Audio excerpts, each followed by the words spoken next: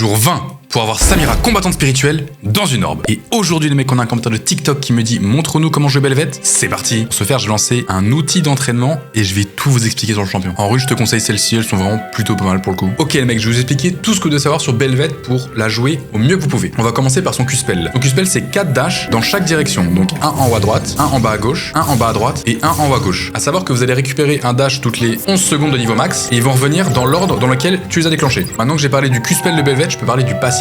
Donc elle a un passif où en gros, plus elle tue de monstres ou de champions, plus elle gagne de la vitesse d'attaque. Donc c'est un très bon champion late game. Et ensuite, quand tu vas faire un sort, tu vas gagner 2 bonus d'attaque speed. Donc 2 autos qui vont partir plus vite que les autres. Et tu peux les stacker jusqu'à 6. Très très bien à savoir ça. Le Z, ça va être un bump en ligne droite comme ça. Et si tu touches un mec, tu vas pouvoir redash vers lui dans sa direction. Ça c'est quelque chose à prendre en compte qui est plutôt utile pour les ganks. Et le E, tu vas devenir plus tanky, tu vas voler de la vie et tu vas faire des dégâts à tout le monde autour de toi. C'est vraiment cool. L'ulti est un petit peu spécial. Pour pouvoir utiliser l'ulti, tu vas devoir tuer un monstre épique ou un ennemi. Donc je le fais. Je viens de tuer le Drake et là j'ai une âme qui est au sol, je peux appuyer sur R et là je me transforme en méga Belveth. Donc par exemple, les dash, tu peux dash à travers les murs.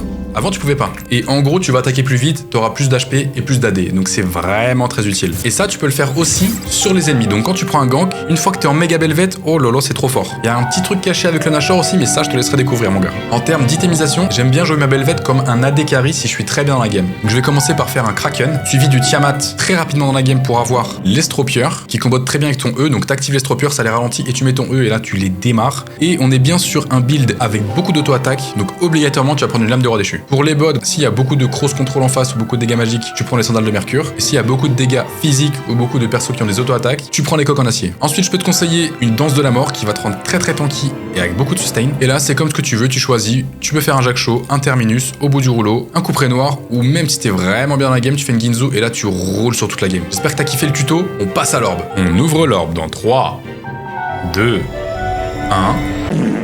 Et Karim Faucheur. À demain!